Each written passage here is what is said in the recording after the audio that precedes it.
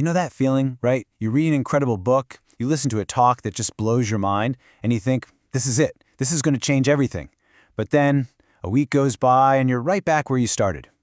Well, in this explainer, we're going to get to the bottom of why that happens. We're going to uncover the one missing ingredient that actually sparks real, lasting transformation, drawing on the incredible wisdom of Jivan Devta ki Sadhana Aradhana. It is such a frustrating question, isn't it?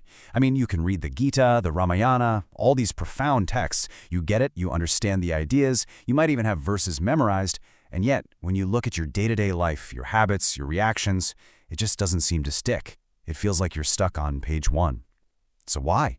Why does all that incredible knowledge so rarely translate into a transformed life?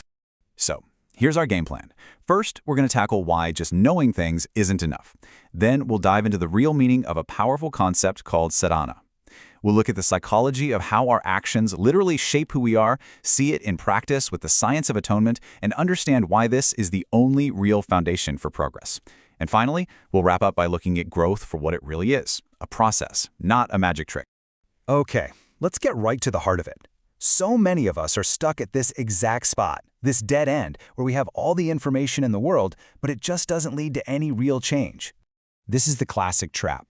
The outcome we expect, becoming a better person, a calmer person, it just never seems to arrive. It's exactly like having a perfect, detailed map to an amazing treasure, but never, ever taking that first step out the door. This gap, this space between knowing what to do and actually doing it, is where almost all our efforts for self-improvement just fizzle out. So if just reading and learning isn't the answer, then what is? Well, the author gives us one single, incredibly powerful word that acts as the bridge between knowing who you want to be and actually becoming that person. And here it is, sadhana. Now, the real insight here is to stop thinking of sadhana as some mysterious, ancient ritual. It's much more practical than that. Think of it as a kind of psychological technology, a structured, systematic way to consciously rewire your own character through dedicated practice. It's the doing. It's the missing piece of the puzzle. And sadhana isn't just one single action. It's a whole way of life, built on these 5 core pillars. You've got the discipline of austerity, the inner strength of self-control, the heart of service, the daily choice of virtue, and the expansive mindset of altruism. It's not just a piece of advice, it's a complete operating system for becoming a better human. So how does this actually work? What's the psychological engine that makes sadhana so powerful? How can a set of practices truly change the very fabric of who we are? Now this is absolutely crucial. Most of us try what the text calls the yoga of emotion. We wait to feel motivated, we wait to feel compassionate before we act. But the author says that's completely backward. The real power is in the yoga of action. The idea is simple. You perform the right actions consistently, and that's what creates the right feelings and forges the character you want. Action isn't the result of change, action is the engine of change.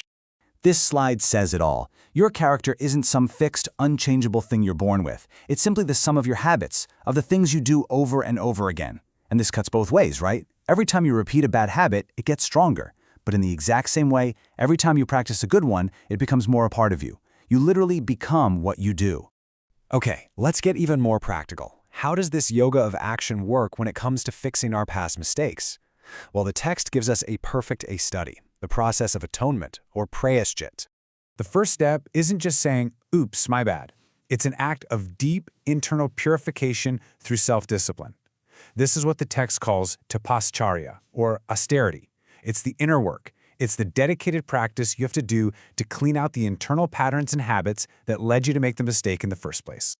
And to help us get this idea, the author uses these incredible analogies. This process of purification is like putting raw ore in a furnace. The heat burns away the dirt and leaves you with pure metal. It's like firing clay in a kiln to make it strong and permanent. It's about applying the heat of disciplined effort to transform your raw potential into something pure, strong, and useful. So you see, atonement is a two-sided coin. It's not enough to just work on yourself. You have to do the inner work of purification to change who you are, and you have to do the outer work of restitution to repair the harm you've caused in the world. One without the other is an incomplete job. The source explains this beautifully. Think about it. When you throw a stone into a pond, the ripples don't just stay in one spot. they spread across the entire surface. Our negative actions are the same. They disturb the entire social fabric. So to truly atone, you have to actively create new, positive ripples through acts of service and contribution to calm those waters and restore the balance. And here's a key point. This whole process isn't just about mopping up past messes. It is the absolute non-negotiable groundwork for building any kind of successful future. Think about it like a farmer. You wouldn't try to plant a field that's full of rocks, weeds, and uneven ground, right? You'd fail. First, you have to prepare the soil. This process of self-purification is exactly that. It's leveling the land, clearing the weeds, and creating the stable, fertile ground on which all future growth, whether it's spiritual, personal, or even professional, can actually be built. And hey, this isn't just some abstract theory. Look at the greats throughout history. Whether we're talking about moral leaders like Buddha or Gandhi, nation builders like Lincoln, or even scientific pioneers like Einstein, what's the one thing they all have in common? Self-mastery. They all put in the hard work to refine themselves first, and from that rock-solid foundation, they were able to go out and change the world. Okay, this brings us to our final and maybe most crucial piece of wisdom. In a world that promises us instant everything, we have to get real about what growth actually looks like. The source gives us this fantastic comparison. We all secretly want personal growth to be like a magician's trick. Poof! Instant, dazzling, and totally effortless. But real, authentic, lasting change is much more like the work of a farmer. It's slow, it's gradual, it's grounded in reality, and it requires patient, consistent work day after day after day. This quote just says it all, doesn't it? Knowledge is like the seed, but sadhana, the consistent, patient practice of watering it, weeding around it, and nurturing it, that's what allows the seed to actually grow into a strong tree that bears real fruit in your life. There are simply no shortcuts. So, I'll leave you with this final thought to chew on.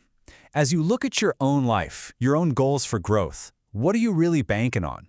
Are you passively hoping for some kind of miracle, some sudden breakthrough, or are you actively committing to a daily process? The answer to that question just might be the missing ingredient you've been looking for all along.